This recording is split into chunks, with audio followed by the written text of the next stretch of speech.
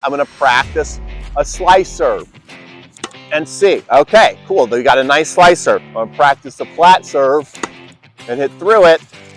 And there you go. Okay, guys, so I have a really cool tool I want to share with you guys today called the Toss Master. It's from my friend Lisa Dotson, who created the Serve Master. And you can see right here, not only is it showing you basically where to toss the ball, but also where to stand. So the lefties are in red. So me as a lefty, if I want to serve on the deuce side, I put my feet in here. And if I want to hit different serves, I want to hit a slice serve, I want to have the ball bounce in this circle. If I want to hit a flat serve, I want to have the ball bounce here. And a kick serve, she has the circle right here. Which you do want to go over your head for a kick serve, but you do not want to have the ball coming too far behind you. You do want the ball still landing into the court.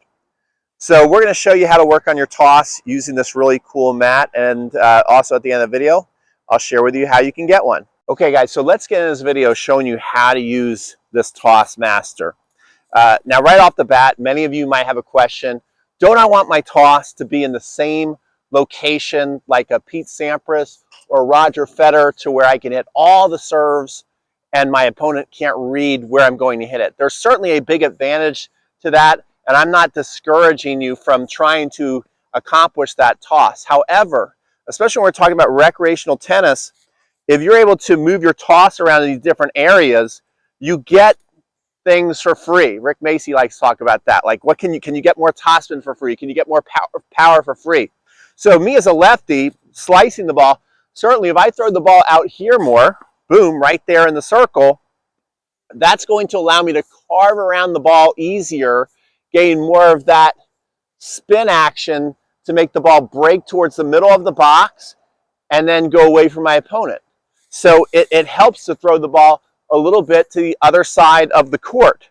If I want to hit it flatter, bringing it in a little bit is going to help me push right through the ball more. And if I want to hit a kick serve, tossing the ball over my head back here, though, look where that would land. It's still landing out in front. That's the only thing that I think might be a little confusing. But you do want to bring it back here and think about bringing it back over your ball cap.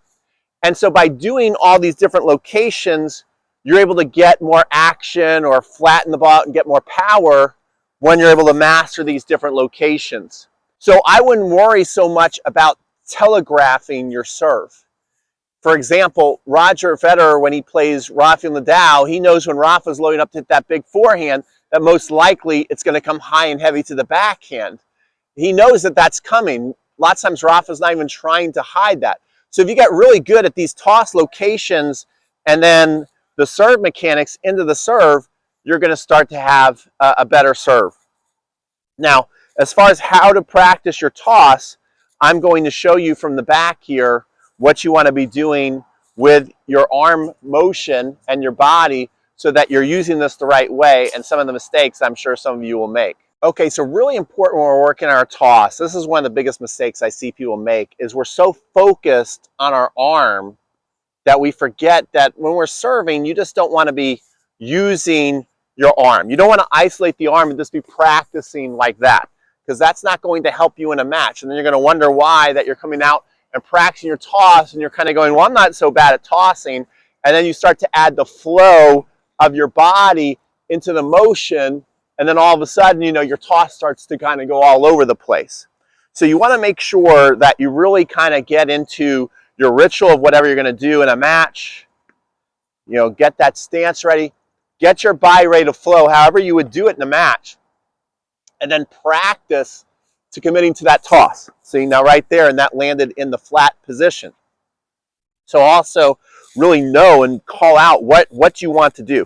So this time I'm going to try and hit a slice serve from the deuce court, and I'm going to commit my body into this to really practice like I would in a match. I'm going to get here, I'm going to flow my body back, push forward, and I missed my target. Okay, so that's giving me the information. If I miss it here, what do I tell myself? I held on to the ball too long. That's another thing how you can correct, is you can know by wherever the toss lands what you must have done. So my toss landed here, which would go into the flat, but my goal was a slice. So that lets me know I held on to the ball too long. So I got to tell myself the next time to let go of the ball a little earlier, and then hopefully it will go more out here. So that's my goal for the correction this time, is let go of the ball earlier, and let's see how I did. See, so I let go of it earlier, and that time it actually landed out here. So what does that tell me? It tells me I made the correction, but I let go too early, because the earlier you let go of the ball, the more it's going to chase out here. So now, hopefully I can find that happy medium and go, okay, now I got to let go of the ball slightly later than the last one and see if I can get it in the circle. And I think we're close. Right there, that time, it actually landed here into the court, but it would have landed in the circle. Then you have to ask yourself, is that good? And for me, actually, since I jump into my serve, it wouldn't have been a bad location. So I'm going to keep myself like, okay, that's around the neighborhood of where I want it to go, and see if I can keep that feeling there. And there we go. That time it landed right into the circle. So that's how you can kind of correct your toss as you go through these exercises. And the other thing that you want to focus on is the rhythm of your arm, okay? When you're tossing, what you want to focus on is how fast is your arm moving, and how straight is your arm. You don't want your arm to bend at all. So you want that arm straight. You want the ball in the fingertips.